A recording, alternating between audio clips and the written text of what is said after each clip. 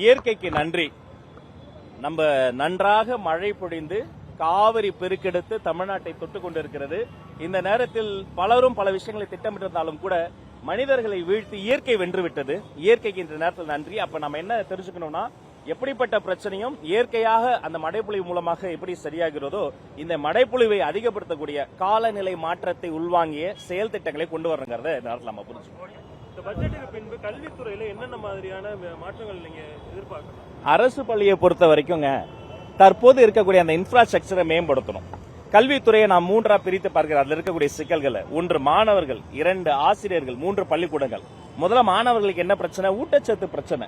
அவங்க நீண்ட நெடிய காலமா கார்போஹைட்ரேட்ஸை நம்ம கொடுத்துக்கிட்டு இருக்கிறோம். அவங்களுக்கு புரோட்டீன் ஃபுட் வேணும். அப்ப அந்த சிக்கன் பிரியாணி வேணும்னா நான் ஒரு பரிந்துரை செய்திருக்கிறேன்.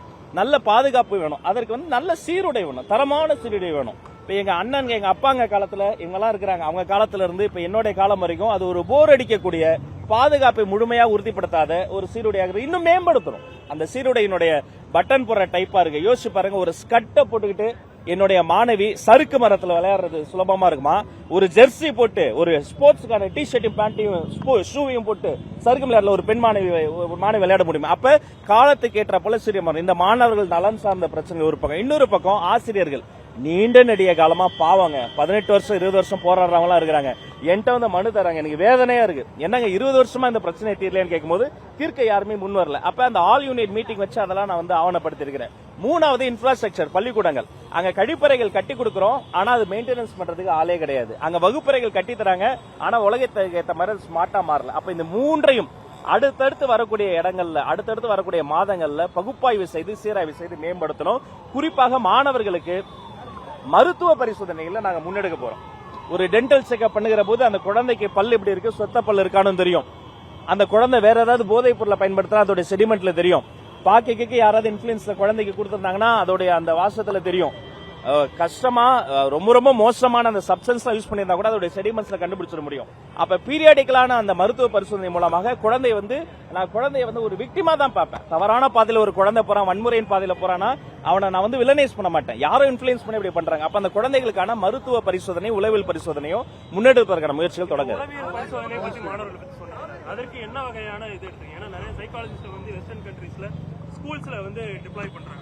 அது மாதிரியான டிப்ளாய்மெண்ட் இங்க தமிழ்நாட்டில் இருக்குமா? அரசு பள்ளியை பொறுத்த வரைக்கும் எதுவுமே கமிட்டிஸ் கூடி தான் முடிவெடுக்க முடியும். இப்போ பாடத்திட்டத்தில் ஆர்டிபிஷியல் இன்டெலிஜென்ஸ் கொண்டு வரணும். அதர் ஆர்டிபிஷியல் இன்டெலிஜென்ஸ் அறிமுகத்தை தாண்டி ப்ராம்ப்ட் இன்ஜினியரிங் கொண்டு வரணுங்கிறது என்னுடைய சிந்தனையாக இருந்தாலும், அதற்கு 30 பேர் கொண்ட குழு அமைத்து ஓய்வு பெற்ற நம்முடைய விஞ்ஞானி மதிப்பிற்குரிய ஐயா நம்மளுடைய மயில்சாமி அண்ணாதுரை அவரை சேர்மனாக கொண்டு வந்து கல்வியாளர்கள்லாம் கொண்டு அப்படிதான் கொண்டு வரணும். இப்ப தனியார் பள்ளியில ஒரு விஷயம் பண்றாங்கன்னா அவங்க உடனே பண்ண, ஆனா அரசு பள்ளிகள் முறைப்படி தான் செய்ய முடியும். அப்ப அந்த உளவியல் ஆலோசனை என்பது திட்டமிடப்பட்டு நன்கு ஒரு கமிட்டி ஃபார்ம் பட்டு யார் துறை சார்ந்த நிபுணர்களோ அந்த துறைசார் நிபுணர்களை வைத்து செயல்படுத்தப்படும். ஆமா ஆமா ஆமா முதல்வர் சார்பா நானே போறேன். நாடாளுமன்றத்தினுடைய புலி வைகோ அவர்கள், அவர் மதிமுகவுக்கு மட்டுமல்ல அரசியல் உலகத்துக்கு பெரிய பீஷ்மர், பேச்சுலகினுடைய பிதாமகன். எங்களை பொறுத்த வரைக்கும் வைகோ அவர்களை இந்த நாடே கொண்டாட வேண்டும், தமிழ் கூறும் நல்லுலகம் கொண்டாட வேண்டும். மாண்புமிகு அமைச்சர், மாண்புமிகு முதலமைச்சர் எங்களுடைய அண்ணன் சார்பில் நாங்கள் செல்கிறோம், அவரை கொண்டாடுகிறோம். அந்த நூலை பெறக்கூடிய பெரும் வாய்ப்பு எனக்கு இருக்கிறது. நானே கலந்து கொள்கிறேன்.